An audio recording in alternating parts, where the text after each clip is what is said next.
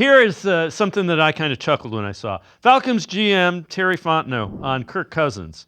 We're comfortable moving forward with him as a backup. That coming from Falcons beat reporter for ESPN.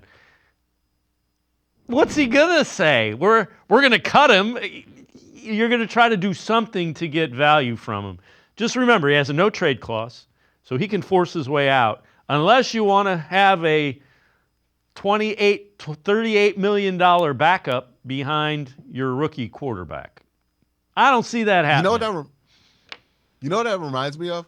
Remember that year where like the Browns had made the move for Deshaun, and then they were like, "Oh yeah, we're perfectly fine with having Baker as the backup," right? Like, no, you're not. You're lying. Like that's not what's gonna happen.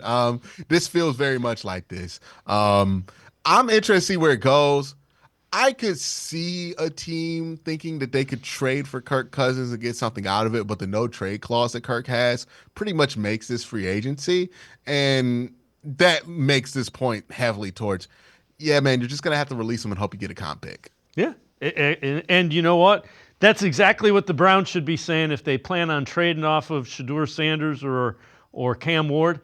He can, we are perfectly comfortable taking him at number 2. So bring us your best offers.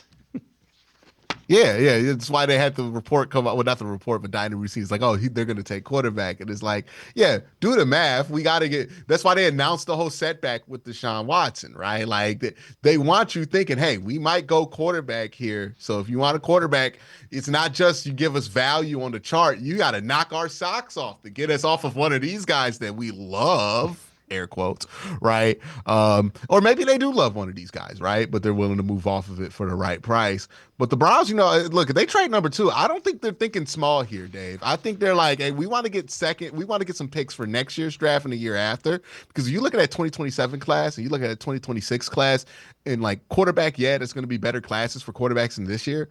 But man, could you imagine we have like somebody's first round pick and get a swing at Jeremiah Smith in a couple of years? Yep. And they got lots of draft capital this year as well. So that's another thing the most draft capital to anybody.